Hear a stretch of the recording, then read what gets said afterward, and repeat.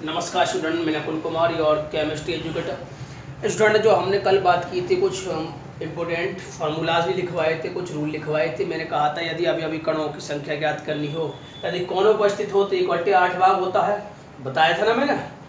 1/8 भाग होता है, और यदि फलक केंद्र पर हो, फलक केंद्र पर हो तो 1/2 होता है, और यदि बॉडी के सेंटर में हो, अंत केंद्र हो तो एक परमाणु का योगदान होता है, और कोनों पर हो तो इस पर हो, कोनों पर होते 1/4 होता है। स्टूडेंट, आज हम समझेंगे कुछ न्यूमेरिकल्स, कल के जो रूल लिखवाएंगे जो संबंधित कुछ न्यूमेरिकल के बारे में, और कल जो हम पढ़ेंगे निबुड़ संकुलन के बारे में। क्लोज पैकिंग पढ़ेंगे स्टूडेंट, हम किसे पढ़ेंगे? सॉलिड में क्लोज पैकिंग पढ़ेंगे, ठीक है, ठोसों में संकुलन। उसके बाद हम सबसे पहले न्यूमेरिकल की बात करते हैं, तो उसमें क्या कहा है, न्यूमेरिकल को अच्छे तरीके से पढ़े हम। इसने कहा है कि दो तत्व हमारे पास ए व बी से मिलकर कोई एक यौगिक बना हुआ है, कैसा? क्यूबिक यौगिक बना हुआ है, घनीय यौगिक बना हुआ है, निर्माण होता है। और ये जो घन के कोने पर स्थित है, ये कहाँ पर स्थित है? घन के कोनों पर स्थित होता है। अगर मैं ये परमाणुओं की संख्या निकालूं स्टूडेंट, ये परमाणु की संख्या, ये परमाणुओं की संख्या कहाँ पर बताया है स्टूडेंट? ये हमें 8 कोनों पर, 8 कोनों पर। किसे बताया इसने? हमें 8 कोनों पर। 8 कोनों पर का मतलब ये हुआ कि एक कोने पर एक योगदान कितना होता है? एक परमाणु का 1/8 भाग होता है। कितना होता है? 1/8। आपको कल समझाया था मैंने। तो कितने परमाणु आएंगे? एक। कितना आ गया? एक। उसके बाद हमसे बोला है इसने बी फलकों के केंद्र पर स्थित है। बी कहाँ पर स्थित है? फलकों के केंद्र पर। यानी बी परमाणुओं की अगर मैं संख्या निकालूं, बी परमाणुओं की संख्या अगर मैं ज्ञात करूं, तो कहाँ पर बताया इसने? हमें फलकों के केंद्र। फलक कितने होते हैं? 6 फलक होते हैं। कितने होते हैं? 6। और प्रत्येक फलक पर योगदान कितना होता है? 1/2। मैंने कल कहा भी है, 3 परमाणु। कितना आएगा? 3 परमाणु, ठीक। फलक पर कितना होता है? 1/2 होता है, इसलिए 2 से 6 कट के 3 बार, तो ये आ जाएगा 3 परमाणु, ये आ जाएगा 1 परमाणु, ठीक है। स्टूडेंट्स के रेशियो की बात करें, इसका जो अनुपात है, रेशियो जो है वो कितना आ जाएगा? ए अनुपात बी बराबर कितना आ जाएगा? ए में कितना है? 1 रेशियो है, और बी में क्या परमाणु है? 3, ठीक। तो इसका जो सरलतम रूप होगा, अणुसूत्र जो होगा, अणुसूत्र वो हो जाएगा ए बी। एक बी का, ए का 1 और बी का 3। बी का कितना? 3। तो ये इसका अणुसूत्र होगा। स्टूडेंट, अभी जो हमने बात की थी, पहले न्यूमेरिकल की बात की थी, अब देखेंगे नेक्स्ट न्यूमेरिकल। स्टूडेंट, इसमें जो कहा गया है, किसी यौगिक की इकाई सेल के सभी कोनों पर धन आयन है। यानी अगर हमें ए पॉजिटिव की संख्या निकालनी होगी तो वो कैसे निकालनी है? इसने कहा है कोनों पर स्थित है। किस पर स्थित है? कोनों पर। यानी 8 कोनों पर स्थित है। स्टूडेंट, 8 कोनों पर, एक कोनों पर योगदान कितना होता है? 1/8 आप जानते हो। तो ये 8 से 8 कट जाती है, तो वो कितना बचता है? 1 भाग, यानी 1 परमाणु, ठीक। स्टूडेंट, इसमें अब जो बोला गया है वो रासायनिक जो बोले गए हैं वो कहाँ बोले गए हैं? अंत केंद्र पर। किस पर? अंत केंद्र पर, मतलब बॉडी के सेंटर में। तो बी नेगेटिव की जो संख्या निकाली जाए तो वो आप किस प्रकार बताएंगे, जरा समझे। बॉडी के सेंटर में कितने होते हैं? कल सिखाया था कि एक किस पर है? अंत केंद्र पर। एक किस पर है? अंत केंद्र पर। और एक के लिए हमने सिखाया था अगर बॉडी के सेंटर पर हो तो एक के लिए कितने परमाणु का योगदान होता है? 1 परमाणु का ही योगदान होता है, ठीक। मैंने समझाया था ना कल। उसके बाद हम नेक्स्ट न्यूमेरिकल, सॉरी, अनुपात, अगर की अनुपात की बात की जाए, ए पॉजिटिव और बी नेगेटिव के बीच जो अनुपात है वो कितना हो गया? 1:1, यानी एक इसका है तो एक इसका परमाणु होगा। अणुसूत्र की बात की जाए, सिंपल अणुसूत्र की, तो अणुसूत्र जो हो गया 1 और 1 इसका, तो इसका मतलब ए पॉजिटिव नेगेटिव, मतलब ए पॉजिटिव बी नेगेटिव, ठीक।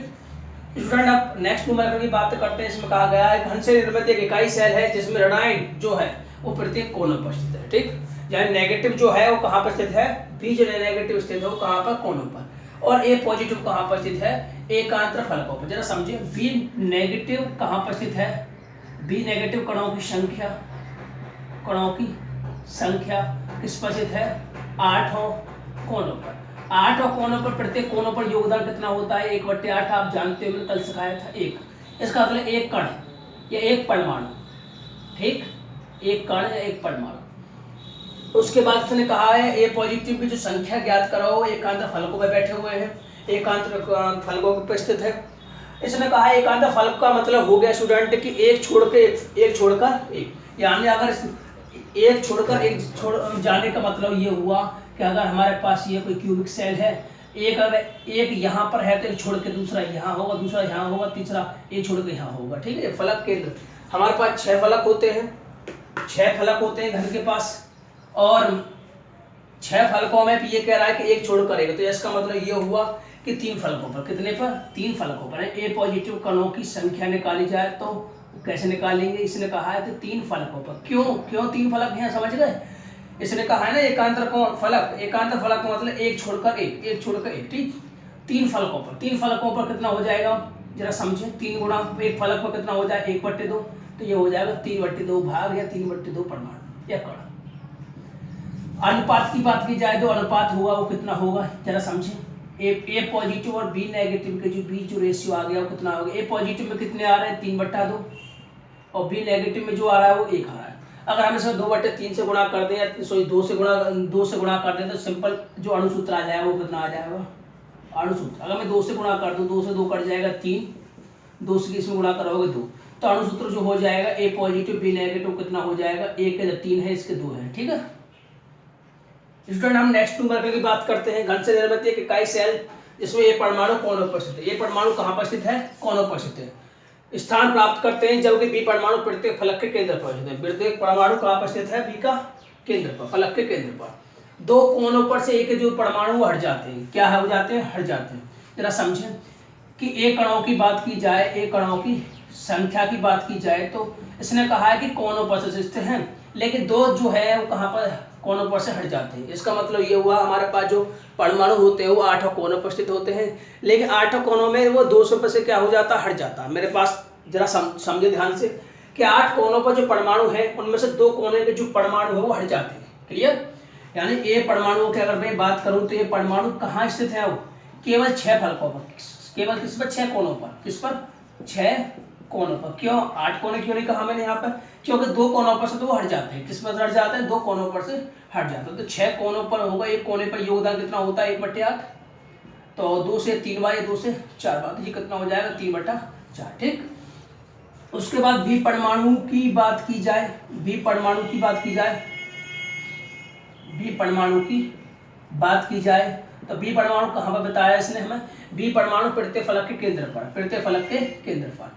फलक कितने होते हैं, 6 फलक होते हैं, 6 फलक के केंद्र पर, 6 फलकों के केंद्र पर। तो 6 फलक के लिए एक फलक पर कितना होता है स्टूडेंट, हमने ध्यान से समझे से 1/2 होता, कल बताया था मैंने। ये कितना भाग हो गया, 3 परमाणु। क्लियर, 6 कोने इसलिए हैं, 2 कोने छोड़ दिए गए हैं, 2 कोने पर परमाणु हट गए हैं, तो 8 कोने बचे। 8 कोने बचने के लिए 1/8 से मल्टीप्लाई करोगे, आप समझ गए होंगे।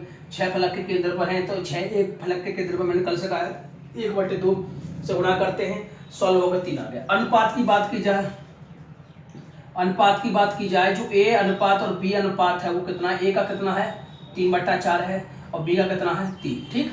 अगर 3 से मैं दोनों तरफ डिवाइड कर दूं तो ये सिंपल, 4/3 से दोनों तरफ गुणा कर दूं तो सिंपल रूप में क्या आ जाएगा 1:4। 4/3 से गुणा कर रहा हूं तो 4 से 4 कट जाएगी, 3 से 3 कट जाएगी, ऐसे यहाँ पर कट जाएगी 1:4।